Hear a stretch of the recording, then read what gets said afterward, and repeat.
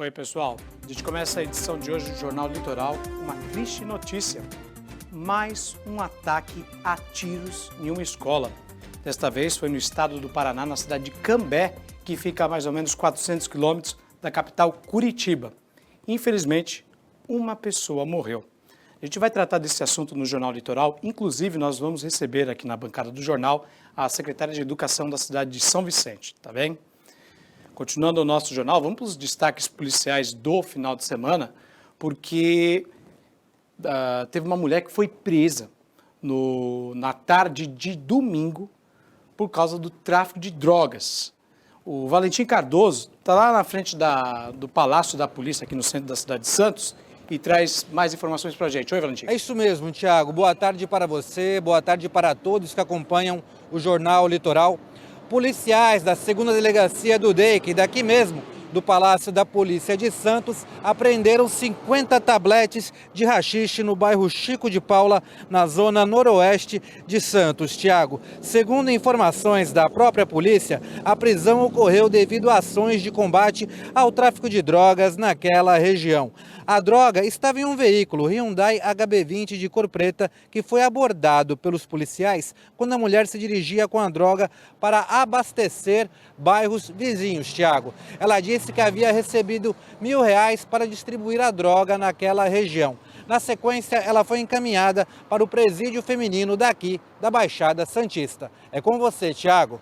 Obrigado, Valentim Cardoso, conversando conosco diretamente do Palácio da Polícia aqui no centro. E um ônibus da Piracicabana foi incendiado por criminosos em São Vicente. Um ônibus intermunicipal da linha 931, que fazia itinerário entre Praia Grande e Santos, foi incendiado por bandidos na madrugada de sábado em São Vicente.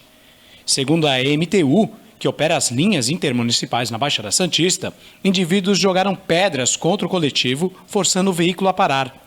Os criminosos roubaram os pertences do motorista e atearam fogo no coletivo após todos os passageiros e motorista conseguirem sair do ônibus. A Polícia Militar e o Corpo de Bombeiros foram acionados. A ocorrência foi registrada no 1º DP de São Vicente. Ninguém se feriu. Uma ocorrência na madrugada de sábado ali próximo à Vila Margarida. Veja outros destaques do jornal de hoje. Prefeitura de Santos e Associação Comercial fazem acordo de cooperação técnica. Sopesp completa 30 anos com ação em prol do Junho Vermelho. Organizadas do Santos Futebol Clube fazem protesto pela atual situação do peixe. E tem um cantor nas alturas. Segunda-feira, 19 de junho, o JL está no ar.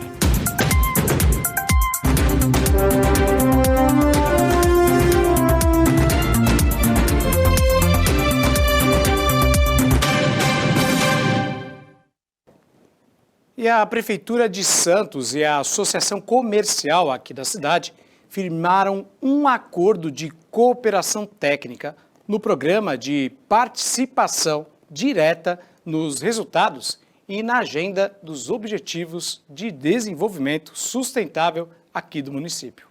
O prefeito Rogério Santos oficializou o plano de ações preventivas de combate à corrupção, transparência pública e controle interno da Prefeitura de Santos. A assinatura dos documentos ocorreu na sede da Associação Comercial de Santos. Agora, os termos e o plano que foram discutidos na reunião de hoje aqui na Associação Comercial devem passar pelo crivo da Câmara de Vereadores para a aprovação desses projetos. A gente vem com esse pacote que cria uma série de circunstâncias que melhora a controladoria, dá mais independência à controladoria de Santos, para que a gente trabalhe com mais transparência ainda. Também foi assinado o termo de cooperação técnica entre a Prefeitura e a ACS. O documento oficializa as ações conjuntas na elaboração, monitoramento e participação do segmento empresarial e de prestação de serviços no programa de participação direta nos resultados e na agenda dos Objetivos do Desenvolvimento Sustentável. A associação apoia a iniciativa, está aqui lado a lado, fiscalizando, mas também saudando todas essas iniciativas e trabalhando em conjunto para que a gente tenha uma cidade cada vez mais justa, né, e mais responsável. O Plano de Ações Preventivas de Combate à Corrupção prevê Novo Código de Conduta Ética do Agente Público, criação de normas de integridade para empresas públicas e prestadoras de serviços para a Prefeitura, instituição do cargo de auditor de controle interno e da estrutura administrativa da Controladoria Geral do município e a implantação do Plano Santista de Promoção à Integridade, com a instituição da Comissão de Monitoramento e Combate Preventivo à Corrupção. Então essa parceria, inclusive junto com a Câmara Municipal, faz com que Santos seja uma das cidades mais democráticas, mais transparentes e que vá sempre nessa boa direção dos bons exemplos para o nosso país. Tá certo, então.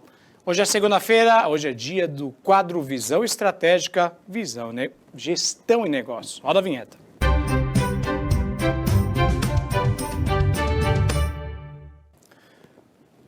Muito bem, para falar sobre o tema, eu recebo como toda segunda-feira, Leonardo Marcos. Tudo bom, Léo? Boa tarde, tudo certo? Tudo certo. Hoje vamos falar da experiência do cliente. Pois é, o que é a experiência do cliente e por que ela se tornou assim tão importante para as empresas? Boa tarde mais uma vez. Legal, Thiago. Bom, a experiência do cliente é aqueles conceitos relacionados à percepção que o cliente tem em relação a uma determinada marca, um determinado produto, serviço, né? Ele vai construindo ao longo dessa jornada, desde a descoberta da solução, do produto, do serviço, até ele consumir e até o pós-venda, né? Depois de ele ter consumido, ele vai construindo essas percepções e ele vai fazer uma avaliação. Ele gostou, ele não gostou, essa marca é boa, o produto atende às necessidades? Isso que a gente chama de experiência do cliente. Por que é tão importante esse conceito? Hoje em dia, os consumidores estão cada vez mais exigentes, né? A gente não somente pesquisa preço e qualidade, a gente vai por trás dessa experiência para entender os pontos que agregam valor de acordo com as nossas necessidades e a partir daí tomar uma decisão de consumo. Certo. Então, como as empresas podem personalizar a experiência, por exemplo, do cliente? Aí, o primeiro ponto para termos uma experiência adequada é conhecer o mais detalhadamente possível esse cliente, né? A gente precisa entender quais são as emoções dele, o que ele está procurando com nossa solução, a gente precisa entender quais são as necessidades, os problemas que ele tem. Quanto mais a gente conhece esse nosso cliente, melhor vai ser a estratégia e mais personalizado vai ser esse atendimento, né? Algo simples que a gente pode citar como um exemplo. Imagina que você pede habitualmente de um determinado restaurante, né? Certo. Pede delivery. E lá pelo pedido número 10 ou 15, você recebe um bilhete com teu nome personalizado, agradecendo por estar pedindo, né, de forma recorrente por essa prestação de serviço. Você ia se sentir muito valorizado, não ia? Com certeza, ficaria muito feliz. Então, isso faz toda a diferença. Um detalhe simples, muitas vezes pode fazer toda a diferença para fidelizar e alavancar as vendas. Agora, quem talvez não queira, está querendo fidelizar muito bem os clientes, é uma operadora de streaming. Netflix, por exemplo. Até então, é claro que tem todo o processo de inteligência artificial que coloca lá todas as agendas, demandas que o cliente, eu, Thiago, queira assistir, então existe aquilo tudo. Porém, houve uma mudança nas estratégias do Netflix, inclusive com um novo plano de pagamento para os clientes, né? Antigamente, você pagava uma única conta e você conseguia distribuir essa conta para compartilhar, amigos, né? Compartilhar, essa é a palavra certa. Chave, na verdade. Mudaram a política disso. O que você poderia falar a respeito disso, Léo? Então, relacionando essa questão com a experiência do cliente, aí a gente está falando de comunicação, né? Cada vez que a gente muda uma regra de negócio, a gente vai ter prós e contras por essa decisão, isso é fato. A questão é como a gente vai comunicar dessa mudança. Qual vai ser o período de transição que a gente está considerando, né? Indo para algo mais do dia a dia do comerciante. Eu vou mudar os preços. Você sabe que vai ter um impacto. Vai ter cliente que vai reclamar dessa mudança de preço, vai ter outro que talvez não vai perceber, né? É muito importante a gente entender que qualquer estratégia de mudança de regra de negócio, de mudança de como a gente trata o cliente, tem que ser muito bem pensada, muito bem avaliada e dar esse tempo de transição para o cliente se adaptar a essa nova forma de trabalho, né?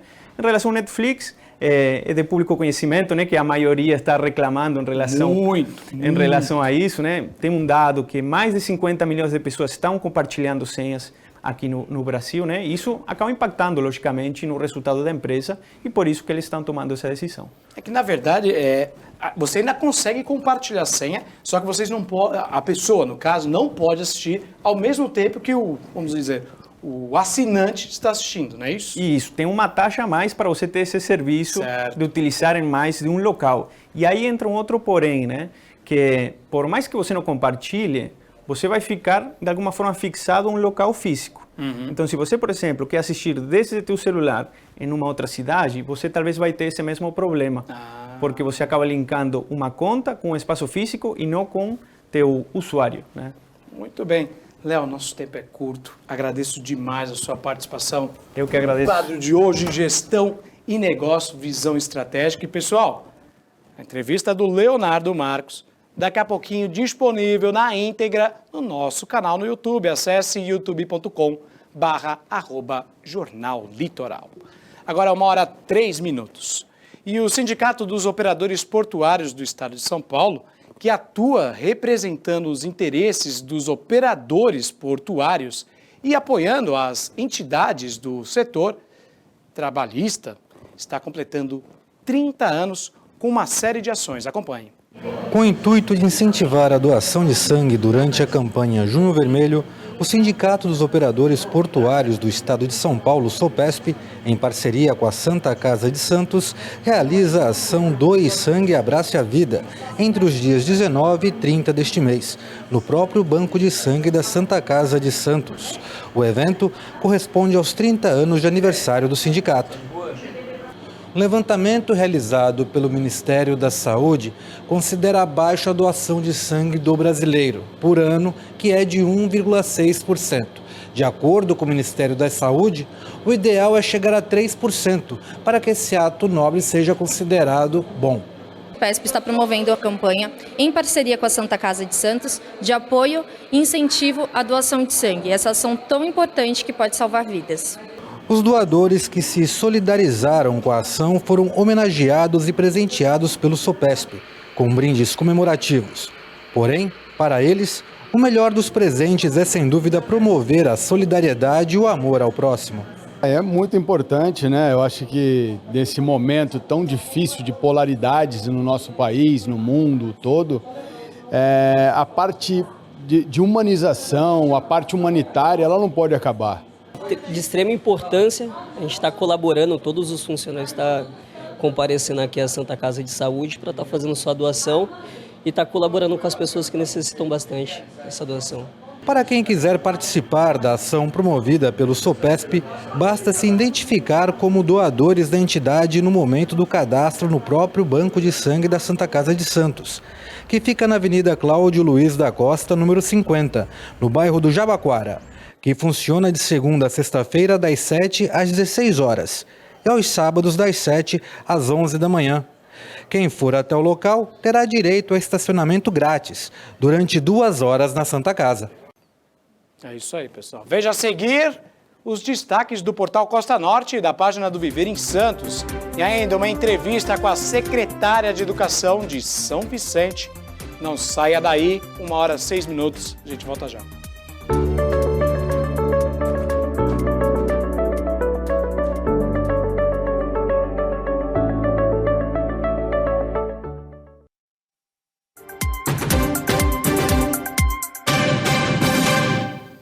Estamos de volta com o Jornal Litoral ao vivo para você, agora 1h08. Vamos ao vivo conversar com o Matheus Alves, que está na redação do portal Costa Norte, traz os destaques de hoje. Oi, Matheus, boa tarde. Boa tarde, Thiago. Boa tarde você de casa. Sejam muito bem-vindos ao destaque do portal Costa Norte. Bom, vamos começar falando sobre São Sebastião, né? A cidade de São Sebastião vai começar a receber, a partir de quarta-feira, as obras de casas sustentáveis, tá? Vão ser 518 casas construídas, né, pelo governo do estado de São Paulo, que está investindo aí pouco mais de 70 milhões de reais. E esse dinheiro é só para o bairro da Baleia Verde, tá? Em São Sebastião.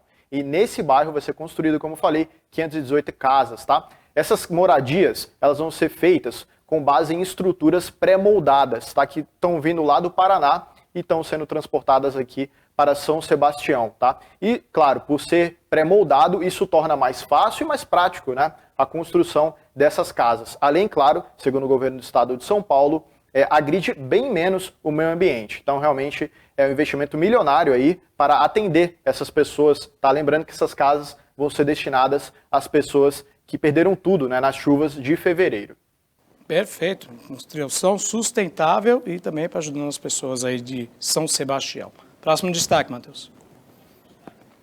Tiago, vamos falar agora sobre Enem, tá? Lembrando que o prazo de inscrição se encerrou na sexta-feira e o prazo para o pagamento da taxa de inscrição vai encerrar na quarta-feira agora, dia 21 de junho, tá? Então quem se inscreveu tem até essa quarta-feira para fazer o pagamento. O Enem, ele disponibiliza, o governo federal, né, disponibiliza várias opções de pagamento, tá? Por Pix, cartão de crédito, débito. É só acessar o portal costanorte.com.br, lá tem todas as instruções, né, que você deve seguir e também o link para você clicar e ir direto para a área de pagamento, tá? Lembrando, o Enem ele acontece no dia 5 e 12 de novembro, então tem bastante tempo aí para os inscritos estudarem e se prepararem para essa prova. Essa aí é a futura geração de estudantes aí do ensino superior. E o próximo destaque, Matheus? Tiago, vamos finalizar falando de coisa boa. Vamos lá, sobre turismo, tá? Porque as cidades do litoral de São Paulo fizeram muito bonito, né, na premiação Top Destinos Turísticos, que aconteceu em Jundiaí, no interior de São Paulo. Aconteceu no sábado. E a cidade de Santos, Peruíbe, São Sebastião e Guarujá, né, também receberam aí prêmios, né, em várias categorias, como, por exemplo, pesca, né, e turismo de praia e sol. Para você conferir, né, todas as categorias que essas cidades foram premiadas, como eu falei, convido você a acessar costanorte.com.br. Lá você confere todas as categorias que não só as cidades do litoral de São Paulo ganharam, mas também as outras cidades, né, do Brasil como um todo. Matheus, muito obrigado pelas suas informações. Mas a gente se vê. Um abraço. Isso foi Matheus Alves conversando conosco ao vivo de Bertioga. Do portal Costa Norte, vamos para a página do Viver em Santos e região. E um carro de passeio pegou fogo na tarde de ontem no KM 48 da Rodovia dos Imigrantes, em um dos túneis, né, da rodovia. Está norte, pessoal. Olha aí então a imagem do carro pegando fogo em um dos túneis, né? De acordo com o portal Costa Norte, publicou também essa informação, junto com a página do Viver em Santos. Esse carro pegou fogo aí por volta de 5 horas da tarde. Equipes do Corpo de Bombeiro e também da própria concessionária Ecovias fizeram o combate ao incêndio. Uma das faixas de rolamento da pista teve de ser bloqueada. Isso causou um congestionamento do KM 48 até o 54. Graças a Deus, ninguém ficou ferido, o fogo foi extinto e aí o trânsito seguiu normalmente. 1h12, tem mais destaques do Viver em Santos. Agora, você aí de casa já pensou em assistir uma apresentação musical bem diferente? Olha essas imagens. Solta aí pra gente, Davidson Carlos. Isso é a entrada de Santos, Monumento do Peixe. E esse é o cantor Rafomelo. Ele fez uma apresentação inusitada, em cima do Monumento do Peixe, bem na entrada de Santos, ali na rodovia Anchieta, pessoal. Sobe o som aí pra gente, Davidson. A canção em questão é da música Pra Sempre.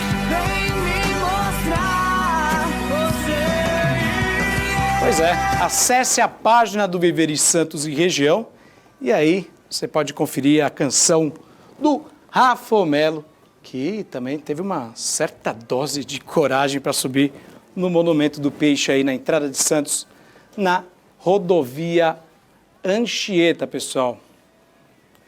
Corajoso, não é verdade? Pois é. Acesse as páginas do Viver em Santos e Região nas redes sociais, no Facebook, facebook.com/Viver em Santos e Região. No Instagram, acesse o @Viver em Santos e Região. 1h13 e o assunto agora é educação. Os desafios nessa área são imensos. A cidade de São Vicente tem quase 40 mil alunos matriculados na rede municipal e está promovendo algumas ações para melhorar o ensino. Para falar sobre o tema, eu recebo Nívia Marcilli, que é secretária de Educação da cidade. Tudo bom, Nívia? Tudo bem? Nívia, claro que a gente quer enfatizar o trabalho que vocês fazem lá em São Vicente, na área da educação, mas é claro que hoje, infelizmente, tivemos mais um ataque a tiros a uma escola na cidade de Cambé, no interior do Paraná, cidade que fica a cerca de 400 quilômetros de Curitiba, próxima a Londrina. Infelizmente, uma aluna morreu. Vamos então falar sobre esse tema, segurança. O que a Prefeitura de São Vicente, o que a Secretaria de Ensino, de Educação, no caso, a Secretaria de Segurança tem feito para combater esse tipo de ação? Primeiro, fico feliz da gente ter um espaço para falar de educação e que triste, no meio de tanta coisa boa que a gente poderia falar, porque a educação, sim, tem muita coisa boa, a gente ter que falar, infelizmente, de mais uma tragédia envolvendo a educação. E acho que isso mostra claramente que é assim, o nosso problema de sociedade. A gente hoje não tem um problema de educação, a gente tem um problema de sociedade acabando por invadir as nossas escolas. Em São Vicente, a gente criou um grupo de trabalho com todas as autoridades envolvidas, certo. Porque é um problema complexo que exige complexidade nas decisões. Então, a gente tem um grupo de trabalho que tem Ministério Público, Conselho Tutelar, juiz da infância, as seguranças como um todo, desde a Polícia Militar, Civil, a GCM, e todas as nossas decisões a gente toma nesse grupo, porque ela extrapola a questão da escola. Enquanto poder público, o que a gente acabou avançando em algumas coisas? A gente tem um controlador de acesso nas escolas, eles acabaram passando por formações específicas, que quando aconteceu aqueles casos horríveis, por sinal tristes demais, a gente avançou numa contratação de câmeras, que era um problema para São Vicente. A gente tem, sim, uma questão orçamentária, mas a gente viu essa necessidade, já era uma pauta do prefeito Caio Amado. A gente primeiro pôs a internet nas escolas para a gente trabalhar com as câmeras, e a gente está se envolvendo no máximo que a gente pode com a segurança pública nesses assuntos. Certo. Os professores têm passado por algum treinamento? Vocês fizeram alguma orientação em relação a isso? Então, quando aconteceu aqueles primeiros fatos, a gente fez uma ação de emergência e a gente criou um plano de trabalho para uma formação coletiva. Ainda não chegou no professor. Sendo bastante honesta, ela ainda não chegou no professor, mas a gente chega na escola. Então, a gente acabou fazendo a formação dos gestores para que eles fossem esses multiplicadores. Mas a gente sabe que a gente precisa chegar no professor, no pai de aluno, a gente tem que avançar mais ainda. Você mesmo disse aí no começo da nossa entrevista que o problema está também na sociedade em si, externo, fora da escola. E hoje, mais um caso, infelizmente, e o problema da conversa, da família com os alunos.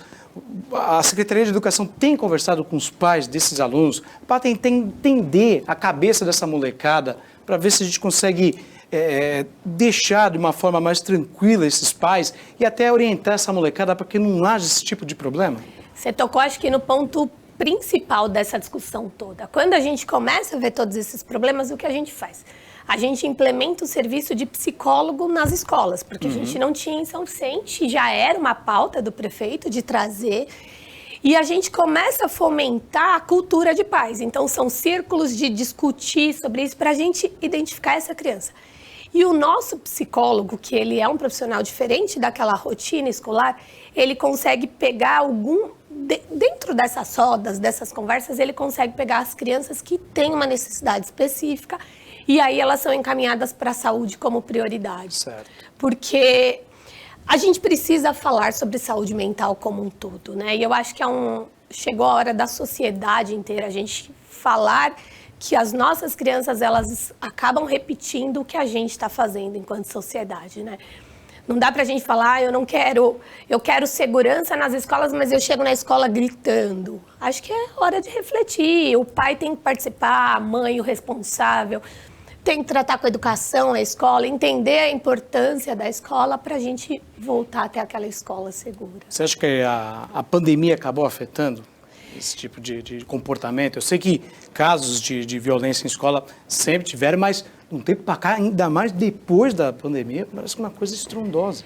Eu acho que a pandemia ela traz uma necessidade como um todo da gente falar sobre saúde mental, né? A pandemia potencializa essas relações, mas eu acho que já existia problemas de criança levar uma arma de brinquedo ou uma faca, isso sempre existiu nas escolas.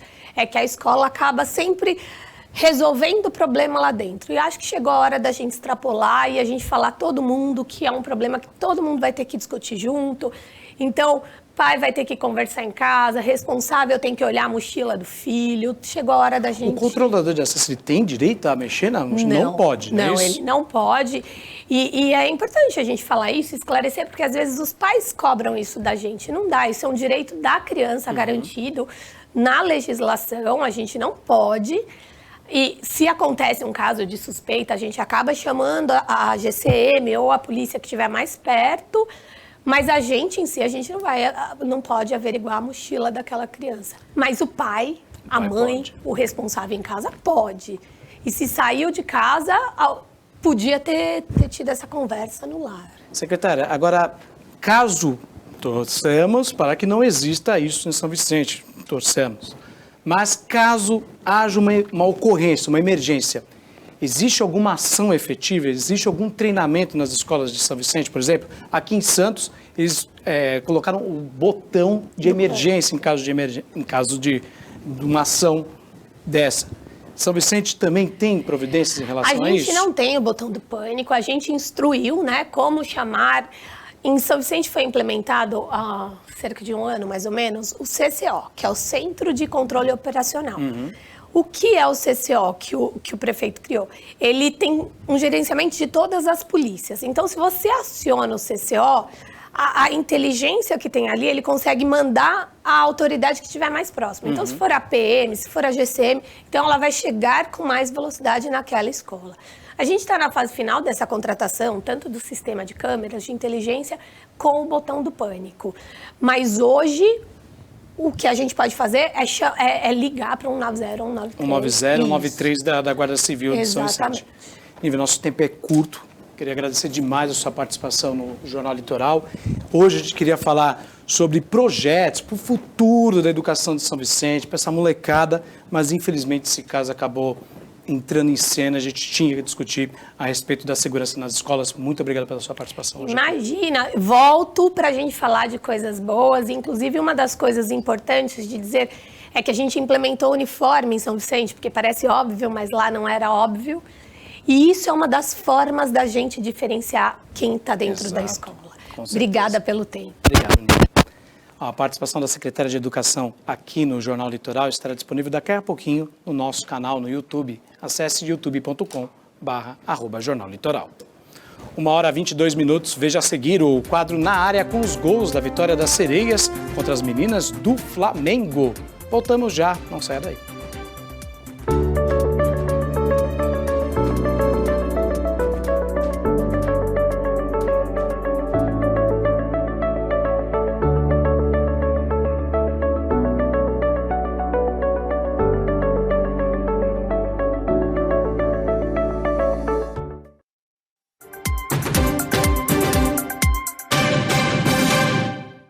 Uma hora e 25 minutos, estamos de volta com o Jornal Litoral, diretamente com a tela interativa, para saber a situação das balsas na nossa região, começando pela travessia entre Santos e Guarujá.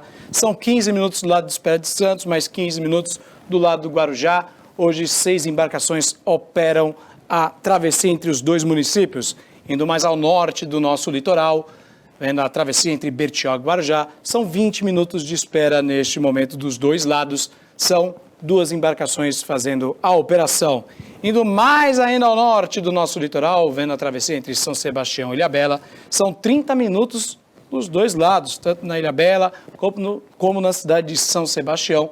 Lá também são 6 embarcações, 6 balsas fazendo a operação entre Ilhabela e São Sebastião. As informações da travessia de balsas você encontra no site do Departamento Hidroviário do Estado de São Paulo. Acesse www.dh.sp.gov.br. Tem mais uma tela. Vamos saber a situação das estradas. Sistema Anchieta Imigrantes nesta segunda-feira. A última atualização é meio-dia e 50. A operação é a 5x5. Vocês viram nos destaques do Vire Santos que teve um incêndio ontem lá na Rodovia dos Imigrantes, dentro de um dos túneis na pista norte, pista de subida da Rodovia dos Imigrantes. Hoje tudo bem tranquilo. Inclusive, eu estou com o Twitter da Ecovias aberto aqui em meu celular e todo o sistema Anchieta Imigrantes tem tráfego normal na manhã desta segunda-feira. Então, a operação é a 5x5 hoje. Tudo bem tranquilo, tá certo, pessoal? As informações do sistema Anchieta Imigrantes você encontra nas redes sociais da Ecovias. Muito bem, são meio-dia nada, gente, 1h27. Roda a vinheta que está na hora do esporte, na área para você.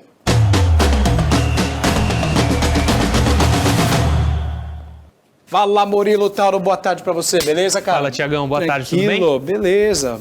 E aí, o Estamos aí. que nós tivemos neste final de semana? Final de semana sem jogo dos homens aqui no Brasil. O Campeonato Brasileiro masculino está paralisado por conta dos amistosos das seleções. O Brasil jogou contra Guiné.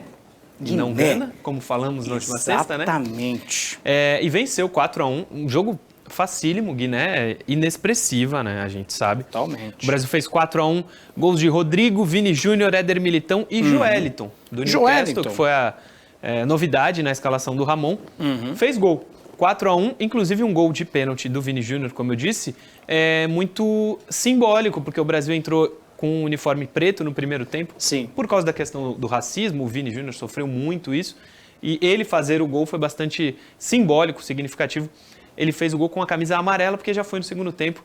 Mas se tinha alguém que tinha que fazer gol nesse jogo, era Tinha que ele. ser, né? Amanhã, o Brasil pega Senegal, 4 da tarde, em Portugal, em Lisboa, no estádio do Sporting, José Alvalade. É um jogo realmente aí de um nível bom. Senegal é uma das melhores seleções, talvez a melhor africana hoje, caiu nas oitavas de final da Copa do Mundo, está sempre chegando nos campeonatos regionais lá na África e disputa a Copa do Mundo, tem Sadio Mané, não é um time qualquer, é um confronto de peso muito maior do que foi sábado contra a Guiné. Um jogo de verdade, esse contra Senegal. Espera que placar, o Brasil vence. Ah, cara, é difícil prognóstico. O Brasil, somando todos os jogadores, apesar do Mané estar do lado do Senegal, o Brasil tem um time melhor. Com certeza. Vini Júnior, Rodrigo, Paquetá jogou. Não sou muito fã, mas faz parte do ciclo aí da seleção brasileira para 26. Acho que o Brasil vence. 2-0? 2-0. Tá bom, né? Tá bom. Placar clássico, 2-0. Exatamente. Com certeza. Brasil que espera Carlo Ancelotti ainda. É verdade. Treinador italiano. Italiano. Que nem o Leandro Giannoca, que trabalha aqui com a gente. Exatamente, o nosso italiano na redação. Esse. Futebol feminino. Ontem tivemos muitos gols, é isso? Sim. Tivemos um clássico, Palmeiras e São Paulo, 1-1, e Santos e Flamengo. Temos os gols, só os gols aí. Temos os gols aí, ó. São Paulo e Palmeiras. São Paulo e Palmeiras. O Palmeiras abriu o placar, depois o São Paulo empatou. O São Paulo empatou com a Letícia, que era também aqui.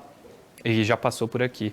Aí o gol dela. O Palmeiras tem mais time que o São Paulo, né? Eu sempre ouvi dizer Tem mais isso. time. Mas no feminino, o time dos grandes, o bom mesmo é o Corinthians. Ah, o Corinthians é favoritão. Nos últimos anos ganhou tudo. E aí os gols do Santos. Primeiro gol do Santos, jogada da Kathleen, gol da Yaya. Esse aí que a gente tá vendo. A Kathleen jogou muito. Jogou bem, né? Esse é o primeiro confronto das quartas de final. O gol do Flamengo é da Leide. Cobertura. Esse aí não valeu, que estava impedido. Né? Ah, esse está impedido. Esse aí não estava Você impedido. vê como eu estou bem informado com o futebol feminino. Peço até desculpa às meninas, eu estarei mais atento. Isso. Primeiro jogo das quartas de final. Aí é o gol da Leide. Esse valeu. Esse valeu. E aí o gol da Cristiane. O 2-1 para o Santos. E fecha com o gol da Taizinha. Nossa senhora, olha que a zagueira fez. Taizinha faz 3-1 para o Santos. Como eu estava dizendo, primeiro jogo das quartas de final. Primeira rodada das quartas de final. São Paulo e Palmeiras também foi o primeiro jogo. O Santos, portanto, tem a vantagem agora na Vila Belmiro. A votação na Vila. Isso. Pode perder por 1-0, 2-1, 3-2, por um gol de diferença, que avança para a semifinal. Se perder por 2 gols de diferença, decisão nos pênaltis. O jogo de volta é domingo, 10 da manhã, na Vila Belmiro. Flamengo e Santos. Santos e Flamengo, na verdade, né? 10 da manhã na Vila Belmiro, domingo. 18h30, Santos e Flamengo, só que no masculino. Masculino e feminino jogaram no mesmo dia na Vila Belmiro. Tanto ambos os sexos. Exatamente. Os dois na Vila Belmiro. Feminino 10 da manhã, masculino 18h30. Será que o Plim Plim também vai mostrar o jogo da semana que vem? O das 10 da manhã? É. Não sei. Eu também não tenho essa informação dele. Amanhã eu passo para vocês se eu tiver essa informação, tá, pessoal? Vamos procurar. Com certeza, jogo interessante aí. Santos e Flamengo. Santos podendo até perder. Podendo perder por 1-0 e passando, que perca por 1-0, tá na semifinal. É um jogo importante. Murilo, já que a gente falou também que o Santos dos meninos vai encarar o Flamengo na semana que vem, antes tem Santos e Corinthians aqui na Vila Belmiro. Depois de amanhã. E a torcida fez pressão aí no final de semana, é isso mesmo? Muita pressão. Protesto da torcida. Começou com a torcida jovem, depois a Sangue Jovem e a Camisa 10. As três torcidas se juntaram e visitaram o CT Pelé, na verdade só na parte de fora, e protestaram de maneira bem humorada, inclusive algumas imagens que a gente está vendo aí. Do dia de Murilo Tauro, sim, do dia mesmo, no sábado pela manhã, em frente ao CT Pelé. A maioria dos torcedores ficou do lado de fora, como já estava previsto, mas alguns membros foram autorizados a entrar e conversaram com todos os jogadores e com a comissão técnica. Houve esse papo, inclusive o Natan, que foi o mais criticado entre os jogadores, o Natan nesse protesto foi o mais xingado. Foi cobrado. E ele pediu desculpas pelo coraçãozinho que ele fez em uma derrota do Santos contra o Newell's, se eu não estou enganado. Ele foi substituído, a torcida xingando, ele saiu fazendo um coraçãozinho para a torcida, irônico.